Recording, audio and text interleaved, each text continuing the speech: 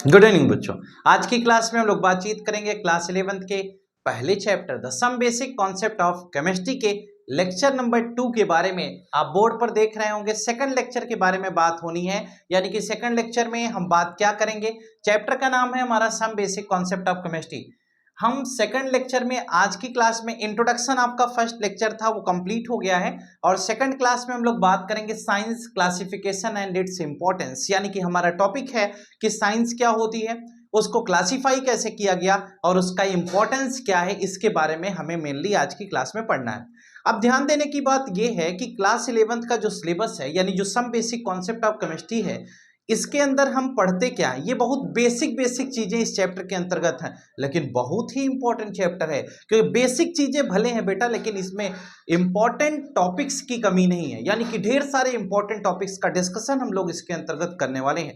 यानी some basic concept of chemistry के अंतर्गत जो आज की क्लास में बात करेंगे वो टॉपिक होगा हमारा व्हाट इज साइंस, फिर क्लासिफिकेशन ऑफ साइंस, फिर क्लासिफिकेशन ऑफ केमिस्ट्री से पहले what is chemistry, classification of chemistry, and fifth topic is importance of chemistry in daily to daily life. यानी कि ये इतनी बात हमें आज की क्लास में करनी है। अब ध्यान से जरा सुनिएगा, हम लोग डिस्कस करेंगे, स्टार्टिंग पे आते हैं और क्या पढ़ेंगे वो समझें। देखिए, क्लास 11th की जो क्लास है आप देख रहे हैं some basic concept of chemistry, science classification and its importance, इसी के बारे में हमें डिस्कस करना है। तो चलिए हम सबसे पहले ये बात कर लेते हैं कि इसमें कौन सा टॉपिक हमें पढ़ना है।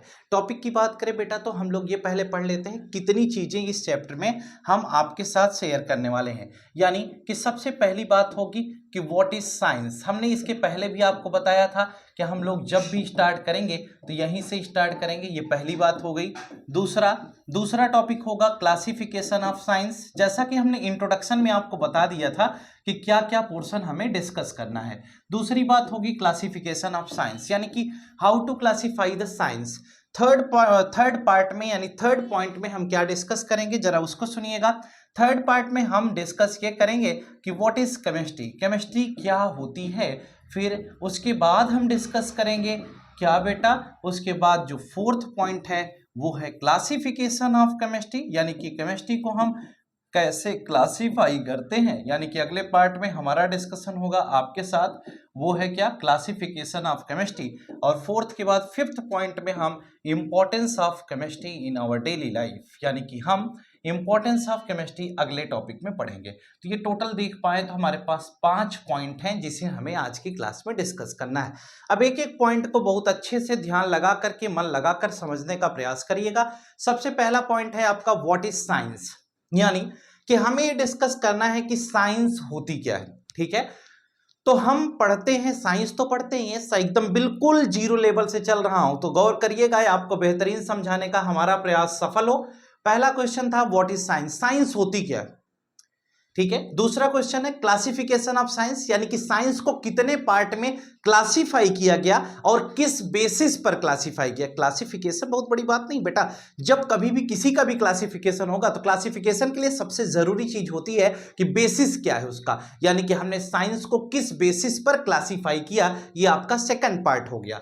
कहते हैं सेकंड पार्ट है हमारा क्लासिफिकेशन ऑफ साइंस, और इसमें जो थर्ड पार्ट है वह है व्हाट इज केमिस्ट्री, यानी कि साइंस को जब हम क्लासिफाई किए तो उसके अंतर्गत एक पार्ट केमिस्ट्री आता है, तो हम इसमें डिस्कस करेंगे केमिस्ट्री क्या है। ठीक है, इसके बाद आता है क्लासिफिकेशन ऑफ केमिस्ट्री, यानी कि केमिस्ट्री को फर्दर कितने पार्ट में क्लासिफाई किया गया, और लास्ट टॉपिक में केमिस्ट्री का इंपॉर्टेंस क्या है, यानी कि आप जानते हैं सबसे बड़ी चीज यही है ना। हमारे जहन में हमेशा एक ही सवाल चलता रहता, पढ़ तो रहे हैं, समझ तो रहे हैं, सीख तो रहे हैं, लेकिन क्यों पढ़ रहे हैं, क्या रोल है केमिस्ट्री का, केमिस्ट्री पढ़ने से क्या फायदा है, पढ़ के क्या मिलेगा, इसको पढ़ने से हमारा जीवन सफल हो सकता है क्या, समाज में इसका रोल क्या है, हमें तो केमिस्ट्री कहीं दिखाई नहीं देती, क्या पढ़ने से हम सफल हो जाएंगे, क्या क्या हमारे जीवन में कोई इसका रोल दिखाई दे रहा है क्या। इस तरह के तमाम सवालों का जवाब हम लोग भी इसी क्लास में आज की डिस्कस कर लेंगे।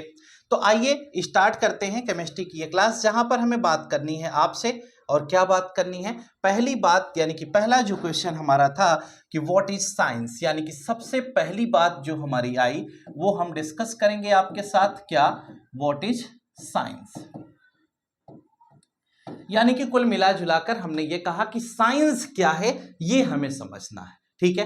तो अगर हम कहते हैं साइंस क्या है तो इसको एक प्रॉपर तरीके से डिफाइन करता हूं मैं आपको, जो बिल्कुल अच्छी सी और सीधी सादी सरल से डिफिनेशन है। वो ये है कि अगर साइंस को कोई भी इंफॉर्मेशन आपके पास हो, चाहे वो फिजिकल हो, चाहे केमिकल हो, चाहे मैटर से रिलेटेड हो, यानी किसी भी इंफॉर्मेशन को जो आपके चारों तरफ हो रहा है, अगर उस इंफॉर्मेशन को आप रेगुलर अरेंज्ड मैनर में, एक रेगुलर तरीके से और एक प्रॉपर मैनर में किसी को समझाते हैं, किसी को बताते हैं या उसको स्टडी करते हैं, पढ़ते हैं, तो उसी को हम साइंस कहते हैं। यानी किसी भी फिजिकल, केमिकल या नेचुरल क्लासिफिकेशन को, किसी भी तरह की चीज को, किसी भी तरह की स्टडी के केस में अगर हम रेगुलरिटी का और अरेंज मैनर का खास ख्याल रखें तो इसी को हम क्या कहते हैं, साइंस कहते हैं। सिंपल सी डिफिनेशन में आप क्या पढ़ेंगे, study of any information in regular और arranged manner is known as science. यानी कि साइंस क्या है, हम जब कभी भी किसी भी इंफॉर्मेशन को एक रेगुलर या अरेंज मैनर में पढ़ते हैं तो उसे हम क्या कहते हैं, साइंस कहते हैं। लेकिन अगर बुकिश लैंग्वेज की बात करें तो बुक में क्या आपको साइंस पढ़ाया जाता है, बुक में साइंस में कुछ और खास नहीं है। उसमें बताया जाता है कि system of knowledge about the physical, chemical and biological universe. यानी कि हम ये कह सकते हैं कि the system of knowledge about the physical, chemical and biological universe. यानी कि एक डिफिनीशन इसकी ये भी बनती है, वो क्या, the system of knowledge about physical, chemical और बायोलॉजिकल वर्ड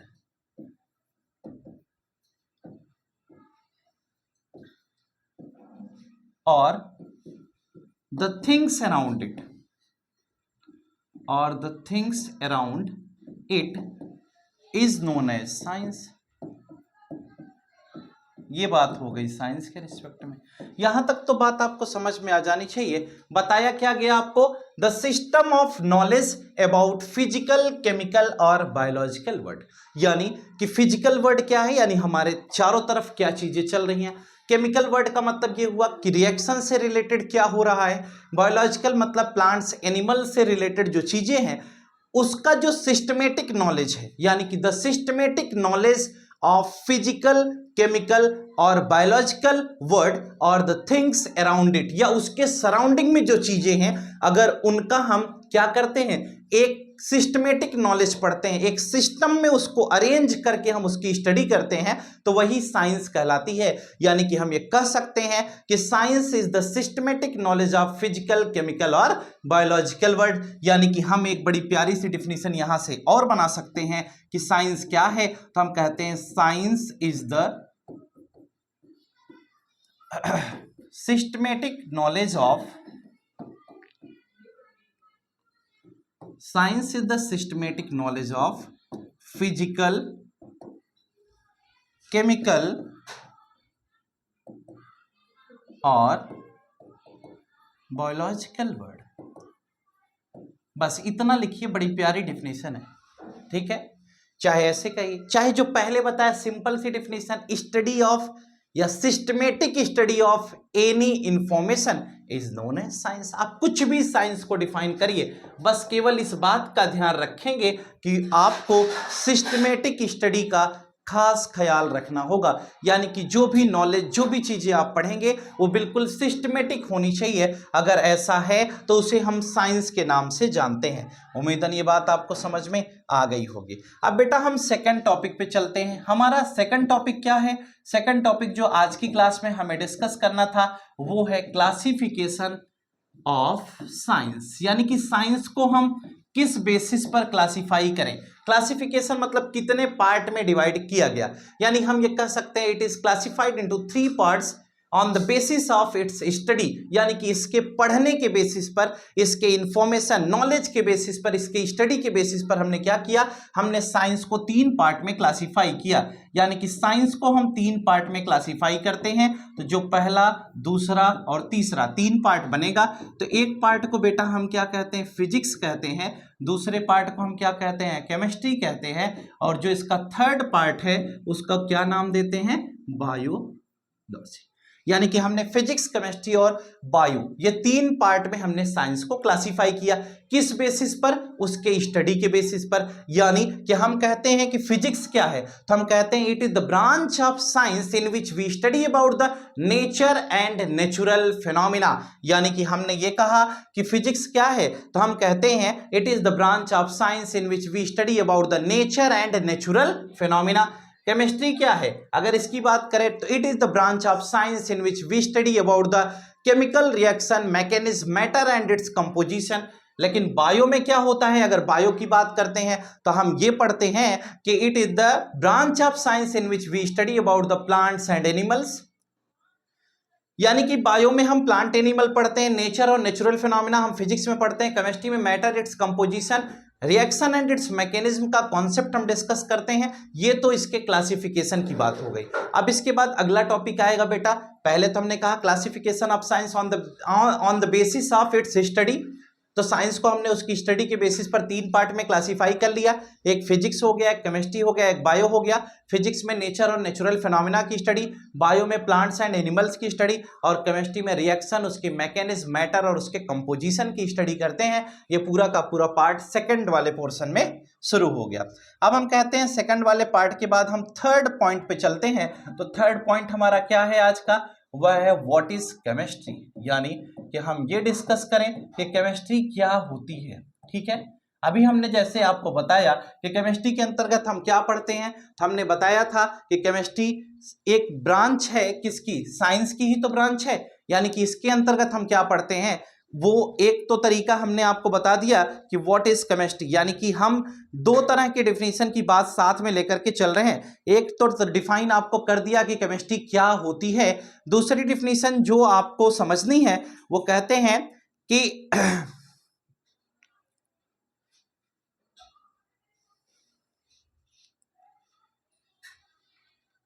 सीधा सीधा याद करो, आपसे अगर कोई पूछता है व्हाट इज केमिस्ट्री, तो आप सीधा सीधा क्या लिखोगे? It is the branch of science, it is the branch of science in which we study about the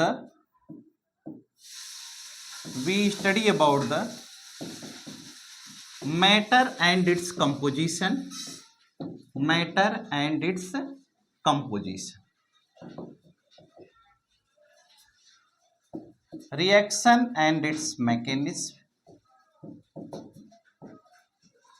कहीं कहीं पर आपको मिलेगा कि मैटर एंड इट्स ट्रांसफॉर्मेशन, इस तरह की भी बातें लिखेंगे।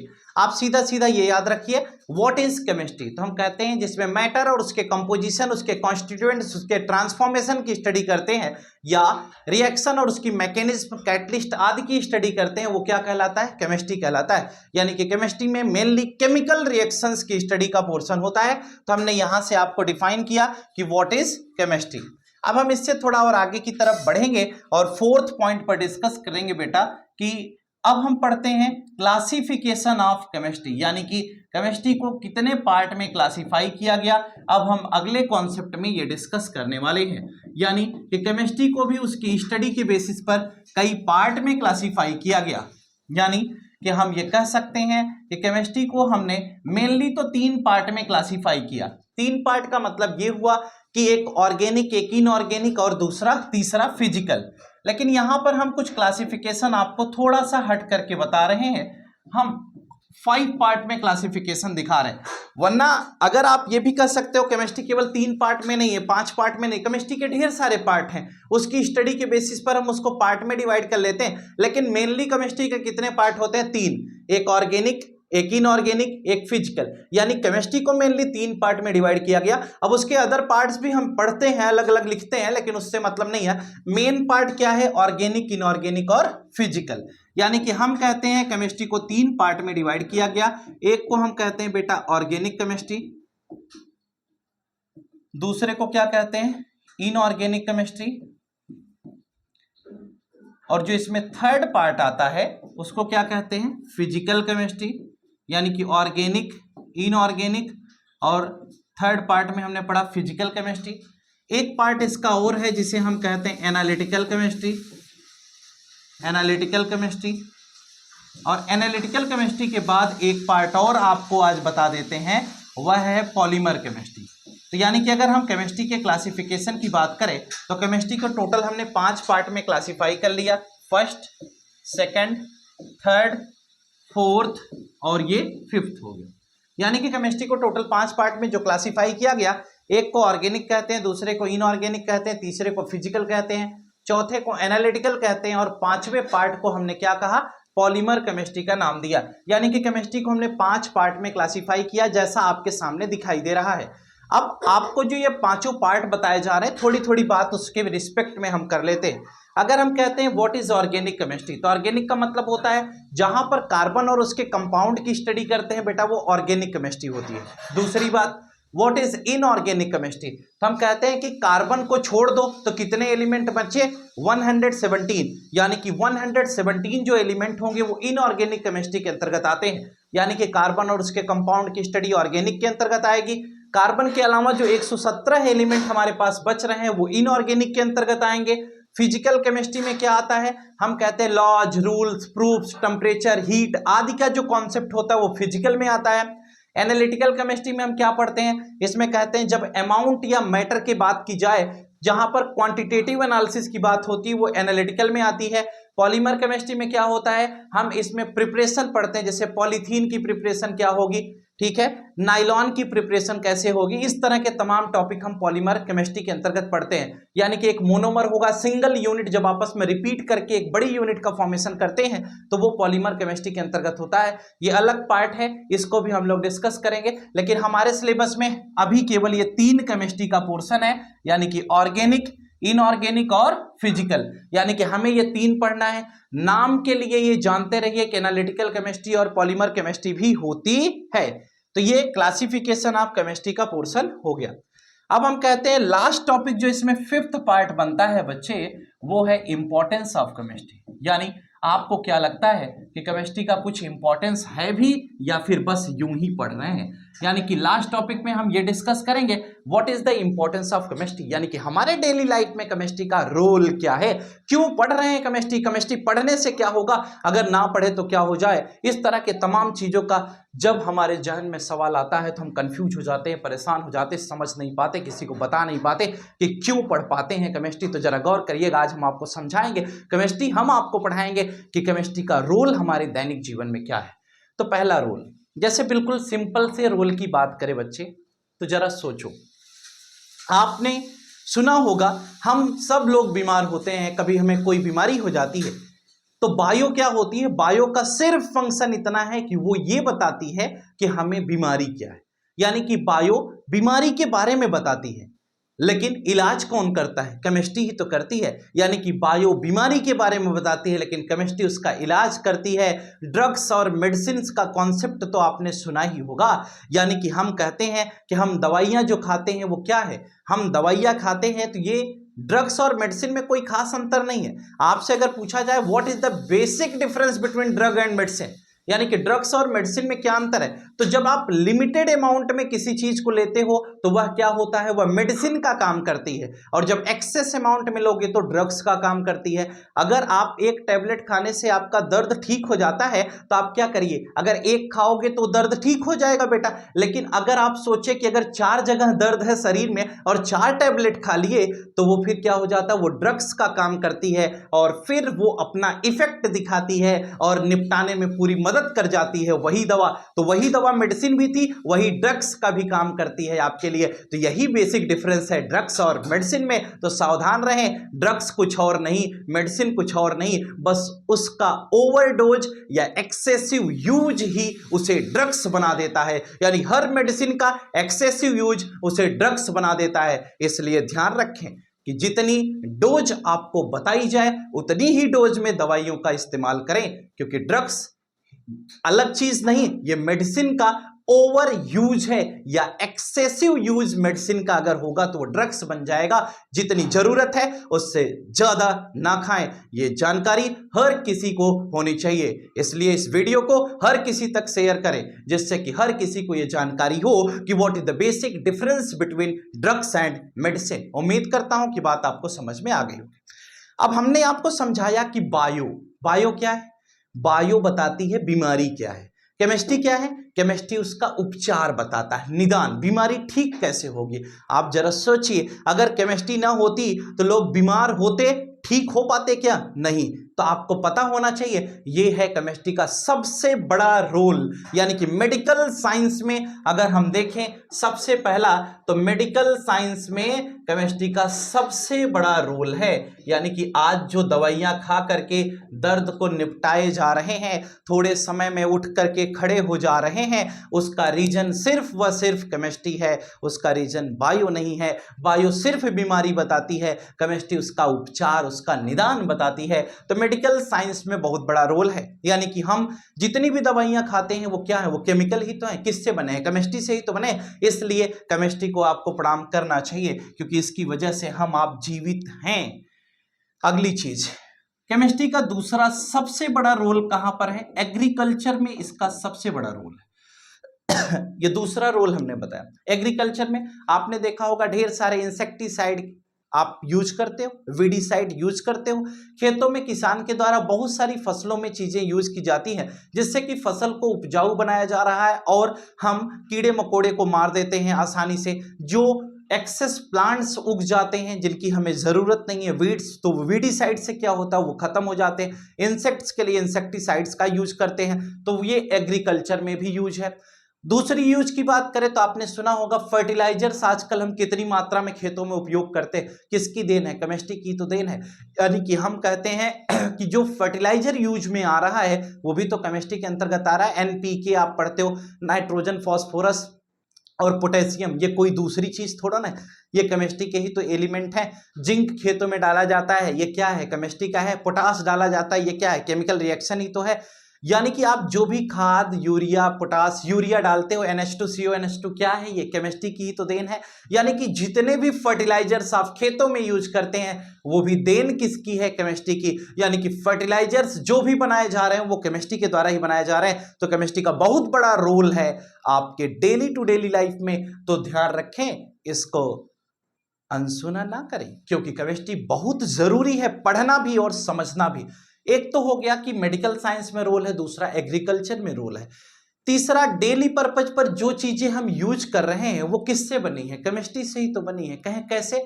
जैसे जितने भी फैब्रिक आइटम्स आप देखते होंगे वो किसकी देन है? केमिस्ट्री की, पॉलीमर केमिस्ट्री की देन है ना। पॉलीमर केमिस्ट्री क्या कर रही है? जितने भी आप देखिए बोर्ड बनता है, स्विच बनते हैं, ये सब किसका? केमिकल रिएक्शंस के माध्यम से इसको हम बनाते हैं। ठीक है, आपने देखा होगा नायलॉन के टायर बन रहे हैं, ये क्या है? केमिस्ट्री की देन है। पॉलीथीन, जो पन्नी में आप सब्जी खरीद के ले आ रहे हो, किसकी देन है? केमिस्ट्री की देन है। जितने तरह के इस तरह की चीजें आपको दिखाई दे रही हैं उन सब में केमिस्ट्री का बहुत बड़ा रोल है। ठीक है, तो ये सब केमिकल सब्सटेंस से ही पॉसिबल है। ठीक है, आपने देखा पेट्रोल डीजल के बारे में आपने सुना है, गाड़ियां चल रही हैं, किससे? केमिस्ट्री के ही तो कंपाउंड है। पेट्रोल डीजल भी तो केमिस्ट्री का ही कंपाउंड है, 17-18 कार्बन का केस है।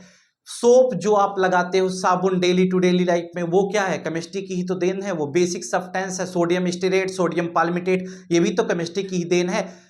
अच्छा, बिल्कुल सही बात मैं आपको बता रहा हूं, ये सब केमिस्ट्री का देन है। हम जितने भी फेस को साफ रखने के लिए जितने भी फेस पाउडर हम यूज करते हैं, जितनी भी चीजें हम यूज करते हैं, फेशियल, मसाज, ये जितना भी कॉन्सेप्ट आपने सुना है, इन सब में केमिस्ट्री की ही देन है। वो केमिकल सब्सटेंस ही है जो फेस पे लगाए जाते हैं, इम्प्योरिटी को हटाए जाते हैं, एसिड बेस का रिएक्शन कराया जाता है, न्यूट्रलाइजेशन हो जाता है, ये सब केमिस्ट्री की देन है। खेतों में आपने सुना होगा कि कभी कभी मिट्टी एसिडिक हो जाती है, उसमें बेस मिलाते हैं, न्यूट्रलाइज करते हैं, किसकी देन है? केमिस्ट्री की देन है। तो उम्मीदन लिखने पर पेज कम पड़ जाएगा, कितनी केमिस्ट्री की देन है। जो जीवन चल रहा है इसमें केमिस्ट्री का कितना बड़ा रोल है, कितना बड़ा योगदान दिया है आपको केमिस्ट्री ने, कभी सोचा करिए।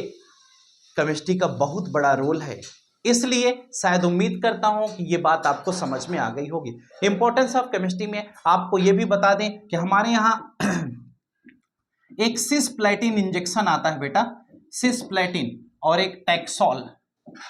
ये क्या है? ये दो ऐसे केमिकल सब्सटेंस हैं जिनका यूज हम ट्रीटमेंट ऑफ कैंसर में करते हैं। ये क्वेश्चन एग्जाम में पूछा जाता है, तो इसलिए ये बता दिया। AZT भी इसी के अंतर्गत है। यानी कि हमने ये कहा कि ट्रीटमेंट ऑफ कैंसर में हम इनका यूज करते हैं, यानी कि किसी को कैंसर जैसी गंभीर बीमारी हो जाती है तो भी उसमें सिस्प्लेटिन 100 ml का इंजेक्शन चढ़ाया जाता है, उसको यही कीमोथेरेपी के अंतर्गत आता है। यानी सिस्प्लेटिन जो 100 ml का इंजेक्शन कीमोथेरेपी में व्यक्ति को चढ़ाया जाता है वो यही सिस्प्लेटिन है, यानी कि कैंसर के ट्रीटमेंट में सिस्प्लेटिन इंजेक्शन का यूज किया जाता है, यही कीमोथेरेपी कहलाती है। कीमोथेरेपी में हम इन्हीं केमिकल सब्सटेंस का यूज करके क्या करते हैं, कैंसर के ट्रीटमेंट का काम करते हैं। डॉक्टर्स के यहाँ केमिकल सब्सटेंस के रूप में ये बहुत अच्छे मात्रा में उपयोग किए जाते हैं। उम्मीद करता हूं कि वीडियो आपको पसंद आ गई होगी, समझ में आ गई होगी। अगर समझ में चीजें आ गई होंगी तो वीडियो को लाइक शेयर सब्सक्राइब करना ना भूलें, चैनल को सब्सक्राइब करें, शेयर करें और भारत में सभी लोगों को साक्षर बनाने में हमारा सहयोग करें। हम आपके साथ हैं, आप हमारे साथ बने रहें, बिल्कुल मस्त तरीके से पढ़ते रहें। आपकी ये क्लास जितनी ही मनोरंजक हो सकती है उतनी हम इसको बनाएंगे। आज के लिए फिलहाल इतना ही, नेक्स्ट वीडियो में हम फिर मिलेंगे और क्या पढ़ेंगे उससे पहले 1 मिनट जरा रुकिएगा। अभी तो हमने इसके एक पार्ट को डिस्कस ही नहीं किया, यानी कि केमिस्ट्री के अंतर्गत अगली बात लास्ट की क्या है कि आप देखिए एक छोटा सा मोटिवेशन, हर वीडियो के लास्ट में एक कोटेशन आपको मिलता है जो आपको मोटिवेट कर सकता है। बड़े ही जानदार तरीके से क्या लिखा गया है जरा सुनिएगा थैंक यू के बाद। सफर में मुश्किलें आए तो हिम्मत और बढ़ती है। फिर से सुनना, सफर में मुश्किलें आए तो हिम्मत और बढ़ती है, अगर कोई रास्ता रोके तो जुर्रत और बढ़ती है, अगर बिकने पर आ जाओ तो घट जाता है दम अक्सर, न बिकने का इरादा हो तो कीमत और बढ़ती है। समझने का प्रयास करना बेटा कि कितनी बड़ी बात लिखी कि सफर में मुश्किलें आए, अगर मुश्किल कभी रास्ते में आए तो हिम्मत और बढ़ती है कि हम करके दिखा देंगे, जज्बा है हमारे अंदर, अगर कोई रास्ता रोके तो जुर्रत और बढ़ती है। इसका मतलब कि कोई रास्ता अगर हमारा रोके कि आपको आगे नहीं जाना है तो फिर जिद हो जाती है कि नहीं जाना तो अब है ही, करके दिखाना। एक शब्द मैं हमेशा बोलता रहता हूं आपको क्लासेस में, क्या कि चीर देंगे, तो मतलब हम किसी से कम नहीं, हम रुकने वालों में से नहीं, हम करके दिखाएंगे। अगर बिकने पर आ जाओ तो घट जाता है दम अक्सर, अगर लगता है कि हम बिक जाएंगे, हमसे नहीं हो पाएगा, अब हमारे बस की बात नहीं है, तो अपने आप हौसला कम हो जाता है, बुलंदी तक पहुंचने में परेशानी बढ़ जाती है। न बिकने का इरादा हो तो कीमत और बढ़ती है, और अगर बिकने का इरादा ही ना हो तो कीमत बढ़ती चली जाती है। अगर आपने अपना हौसला कम नहीं किया तो आप जल्द से जल्द अपने जज्बात के द्वारा मंजिल को आसानी से प्राप्त कर सकते हैं। उम्मीद करता हूं कि कोटेशन आपके लिए बहुत ही बड़ा मोटिवेशन होगा और आप इस पर वर्क भी करेंगे, पक्का, प्रॉमिस। चलिए आज की क्लास में हम लोगों ने जो भी डिस्कस कर लिया वो हमने आपको समझा दिया, यानी कि आज लेक्चर 2 था, यानी कि आज की जो क्लास आपकी खत्म होने जा रही है इसके बारे में एक छोटी सी बात जरा सुनिएगा। लेक्चर 1 में इंट्रोडक्शन बताया, some basic concept of chemistry में कितने टॉपिक्स थे वो डिस्कस किया। क्लास 1 यानी कि जो पहली क्लास की बातचीत की गई, यानी कि ये लेक्चर 2 है, और इस लेक्चर 2 में हमने सबसे पहले आपके एनसीईआरटी बुक में पाए जाने वाले सबसे पहले टॉपिक, सबसे बेसिक टॉपिक साइंस, उसका क्लासिफिकेशन, केमिस्ट्री उसका क्लासिफिकेशन और importance of chemistry in our daily life, ये 3 बातें डिस्कस की। आज की क्लास का जो भी पोर्शन था वो तो कंप्लीट हो गया। अब हम जो नेक्स्ट लेक्चर 3 होगा उसमें क्या बात करेंगे, यानी आने वाली नई वीडियोस में हम आपको मिलेंगे आपके साथ नई क्लास में, जहां पर हम आपको पढ़ाएंगे मैटर, यानी जो अगली क्लास होगी उसमें हम डिस्कस करेंगे 3rd लेक्चर में मैटर क्या होता है, मास क्या होता है, वेट क्या होता है, मास और वेट में रिलेशन क्या है, मास और वेट में डिफरेंस क्या है, यानी कि मास, वेट और मैटर, ये पूरा का पूरा कॉन्सेप्ट लेकर के हम फिर मिलेंगे आपसे कल की क्लास में। हम लोग आगे बातचीत करेंगे कि मैटर क्या होता है, मास क्या होता है, वेट क्या होता है, मास वेट में रिलेशन क्या है, मास और वेट पर बेस्ड क्वेश्चन सॉल्व करेंगे, और मास और वेट में क्या डिफरेंस है ये भी बात हम कल की क्लास में आपके साथ डिस्कस करने वाले हैं। तो उम्मीद करता हूं कि वीडियो को लाइक कर चुके होंगे, शेयर भी कर चुके होंगे अपने फ्रेंड्स से। चैनल को अगर अब तक सब्सक्राइब नहीं किया है तो सब्सक्राइब जरूर कर ले बेटा, जिससे कि न्यू अपकमिंग वीडियोस का आपको नोटिफिकेशन आपके अपने यूट्यूब चैनल पर मिलता रहे। दूसरी चीज, कम्युनिटी पोस्ट पर अपलोडेड सभी क्वेश्चंस करने का प्रयास करें, क्योंकि जो टॉपिक आपको पढ़ाया जा रहा है उस टॉपिक से रिलेटेड जो भी क्वेश्चंस पॉसिबल हो सकते हैं एमसीक्यू के रूप में, वो आपके अपने कम्युनिटी पोस्ट पर अपलोड कर दिए जाते हैं हमारे द्वारा शाम को 9-10 बजे के आसपास, तो उसको जरूर देखें। आज के लिए फिलहाल इतना ही। Good night to all of you. Today class is over. Thank you.